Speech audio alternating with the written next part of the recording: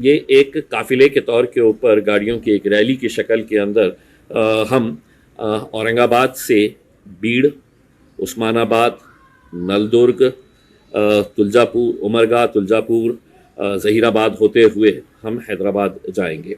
अस्सलाम वालेकुम वरहमतुल्लाहि वबरकातुहू। 14 फरवरी, जी हाँ, 14 फरवरी के दिन हम सभी लोग हैदराबाद जाने वाले हैं। जैसा कि मैंने पहले ऐलान किया था, अब कैसा जाने वाले, कहाँ से जाने वाले, कितने बजे जाने वाले हैं, इसकी जानकारी देने के लिए मैं आप लोगों के बीच में हाजिर हुआ। और सबसे पहले तो ये है कि 14 फरवरी के दिन दारुसलाम डे मनाया जाने वाला है। दारुसलाम है क्या? तो दारुसलाम पार्टी का हेडक्वार्टर है, जहाँ पर हर रोज़ हज़ारों लोग आते हैं जिनकी सुनवाई कोई नहीं करता है। उनकी सुनवाई दारुसलाम के अंदर होती है, जहाँ पर मजलिस के MP साहब जनाब बैरिस्टर असदुद्दीन अवैसी साहब, हबीब मिल्लत जनाब अकबरुद्दीन अवैसी साहब, सारे MLAs और पूरे कॉरपोरेटर्स एक जगह के ऊपर बैठते हैं दारुसलाम हेडक्वार्टर के ऊपर। और जो इंसान जिस किसी तकलीफ़ के अंदर है वो वहाँ पर आता है, अपनी सुनवाई करवाता है और वहाँ पे उसकी जो भी परेशानी है उसका हल निकाला जाता है। तो दारुसलाम डे 14 फरवरी के दिन मनाया जाने वाला है। साथ ही साथ 14 फरवरी के दिन महाराष्ट्र में जो कामयाबी मिली है नगर परिषद और महानगर पालिका के इलेक्शन में, उसका जश्न भी मनाया जाएगा। हम सब क्यों जा रहे हैं दारुसलाम? तो बैरिस्टर असदुद्दीन अवैसी साहब, अकबरुद्दीन अवैसी साहब और मजलिस इत्तेहादुल मुस्लिमीन का शुक्रिया अदा करने के लिए जा रहे हैं। अगर ये जमात ना होती तो मेरे हिसाब से हमारी आवाज़ ना होती, इसीलिए हम जा रहे हैं उनका शुक्रिया अदा करने के लिए और ये बताने के लिए कि जिस जमात की शुरुआत हैदराबाद से हुई थी, आज वो महाराष्ट्र में ही नहीं बल्कि पूरे हिंदुस्तान में किस तेज़ी के साथ दौड़ रही है, आगे बढ़ रही है।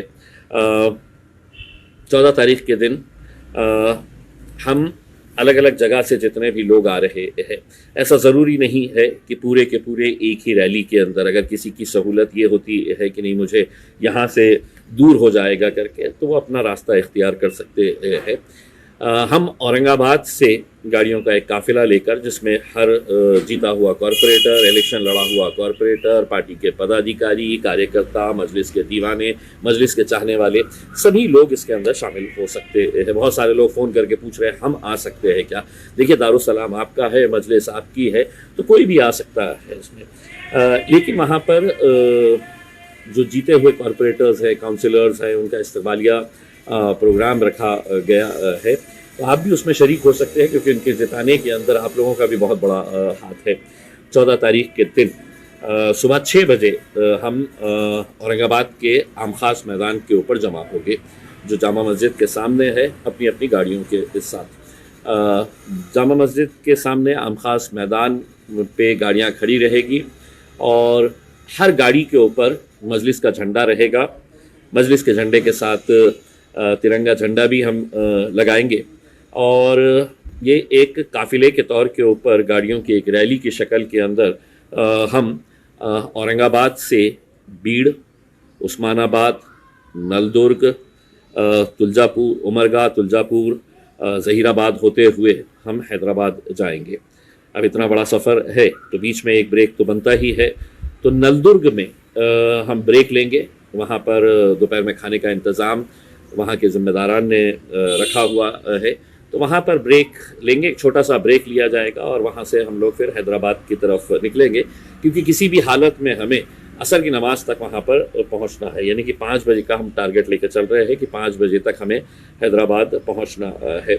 अब ये है कि एक चीज़ साफ़ कर देते हैं, चूँकि हमें पहुँचने का वक्त तय है और रास्ता बहुत बड़ा है। रैली की शक्ल में जब आप जाते हैं तो आपको डिसिप्लिन और स्पीड, इस सब बातों का ध्यान रखना पड़ता है। तो रास्ते में कहीं पर भी स्टॉप नहीं होगा। अगर कोई सोच रहा होगा कि मैं यहाँ पर रुका कर इनका इस्तकबाल कर लूँगा, यहाँ पर रुका कर इनसे मुलाकात कर लूँगा, यहाँ पर रुका कर सेल्फ़ी निकाल लूँगा, फ़ोटोज़ निकाल लूँगा, तो ये मुमकिन नहीं होगा। उसमें जो भी है वो आधे घंटे का जो हमारा ब्रेक रहने वाला है नलदुर्ग के अंदर, वहाँ पर आप अगर चाहे तो मुलाकात कर सकते हैं। अब जितने लोग अलग अलग शहरों से आ रहे हैं, आपको तय करना है कि आपको कन्वीनियंट कौन सा है। एक रैली की शक्ल तो यहाँ से जा रही है जो औरंगाबाद से निकल के बीड़, उस्मानाबाद होते हुए जा रही है। अगर किसी को ऐसा लगता है कि मुझे भीड़ करीब होता है तो आप भीड़ से ज्वाइन हो सकते हैं। किसी को लगता है कि मैं उस्मानाबाद मेरे लिए करीब होता है तो आप अपना रास्ता इख्तियार करके उस्मानाबाद आ जाए। लेकिन जब वहाँ पर गाड़ियाँ लेकर आए तो इस बात का ख्याल रखें कि गाड़ियाँ एक के पीछे एक लगाई जाए रास्ते के ऊपर। हमारी रैली की वजह से किसी दूसरे को तकलीफ ना हो, इस बात का पूरा ध्यान रखना चाहिए और हम रखेंगे।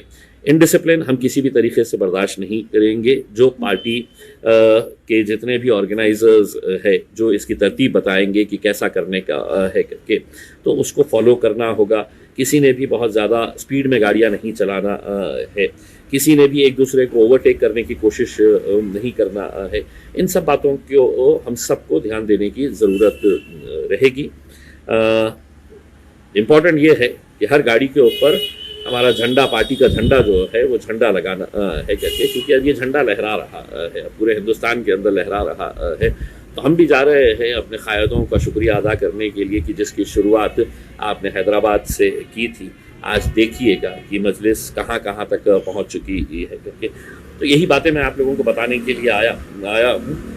हम हर रोज़ कुछ ना कुछ अपडेट इसके ताल्लुक से हम करते रहेंगे। हमने अपने ऑफिस के ऊपर रजिस्ट्रेशन रखा हुआ है ताकि हमें भी ये बात का पता चल सके कि आखिर में कितनी गाड़ियाँ होने वाली है करके। तो वो रजिस्ट्रेशन की वजह से हमें आसानी ये होगी कि हैदराबाद जब पहुँचेंगे तो गाड़ियों की पार्किंग का भी इंतज़ाम करना है। तो हमको एक आइडिया आ जाएगी कि कौन सी गाड़ियाँ कहाँ पर हमें लगवाने का है करके, क्योंकि एक जगह के ऊपर तो ये मुमकिन नहीं होने वाला है करके। तो आपके लिए रजिस्ट्रेशन खुले हुए हैं, आपको हमारे ऑफिस के ऊपर ये गाड़ियों का रजिस्ट्रेशन करवाने का है और हमें भी एक आइडिया आ जाएगी कि कितने लोग है करके।